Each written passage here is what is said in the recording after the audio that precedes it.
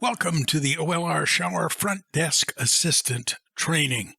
In this video, we're going to show you 3 different ways that you can sign guests in for a shower, and we'll talk a little bit about when each of the 3 methods should be used. Those 3 methods are called signing in returning guests, searching for returning guests, and signing in brand new guests. So we'll talk about those one at a time. Let's begin with signing in returning guests. This is the most straightforward. Basically, all we're doing is selecting a name from a list of people who have visited us before. And probably the best way to learn this is to watch an example. Let's suppose a guest named Kevin Kramer shows up at the front desk and asks to sign in for a shower. So assuming that he has visited us in the past, his name should be in the database. Click on the Sign In Returning Guests button at the bottom of the screen to display a list of all of the names that are in the database. If you click that button, it'll show you a list of names. At least it'll show you the first 20 names in the database. Do you see Kevin's name in this list? Sure enough, there it is. In order to sign Kevin in, all you need to do is click on the box that contains his name. If you do that, the little box next to it will change colors. That indicates that he is signed in.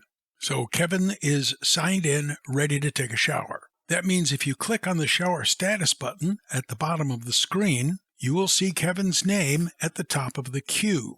He is the next person in line. In fact, at the moment, he's the only person in line. The computer will automatically keep track of how many people have signed in today. At the moment, that number is 1. Now, this method of signing in guest requires that the guest has visited us in the past. That is, their name has to be in the database so that we can find it. In this particular example, that's pretty easy because the whole database consists of only 35 names. The real database can have up to 320 names, and so trying to hunt through a list of 320 names to find an individual may not be something that you have time to do. So if there isn't time to search for a name, the computer can help. Click the button that's labeled Search for a Returning Guest. That will display a list very much like this. These are the first 20 names in the database. So let's suppose that a person wants to sign in, and you know that his name begins with T. Maybe he told you his name is Ted. So using this search button, we can see only the names that have a T in them.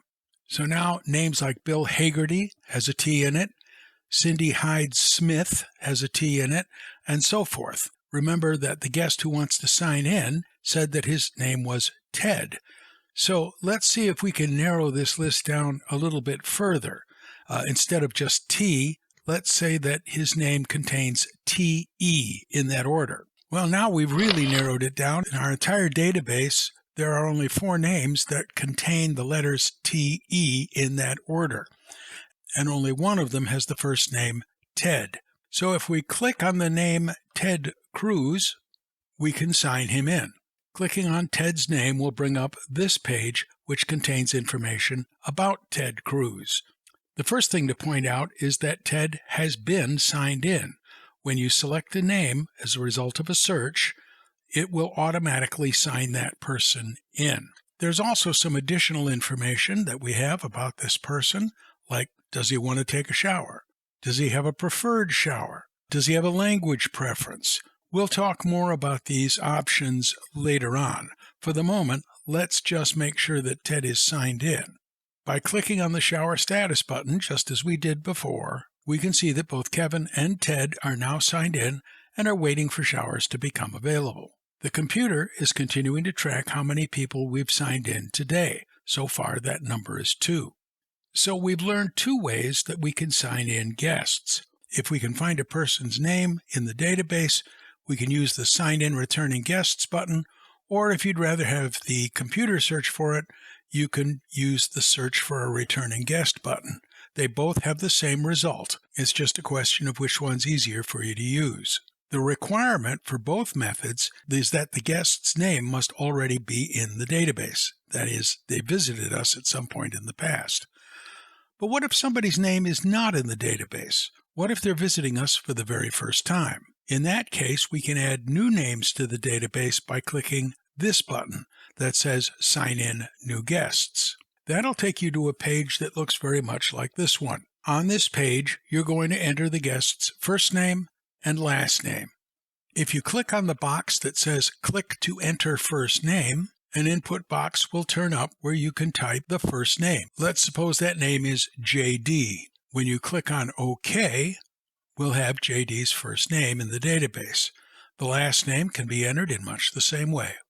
Now, unlike the search option, because this is a new guest, we have not yet signed this person in. We've got his name ready to go, but in order to get him signed in, you have to click the red box near the bottom of the form that says to sign in this person for a shower, click here.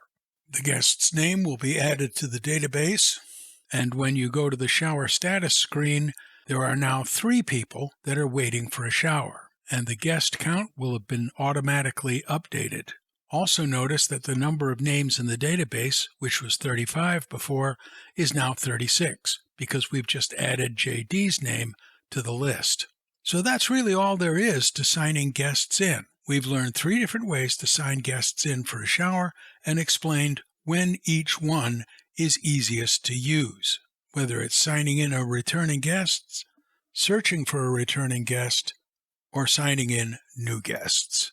In the next lesson, we'll take a look at how we assign those guests to showers as they become available.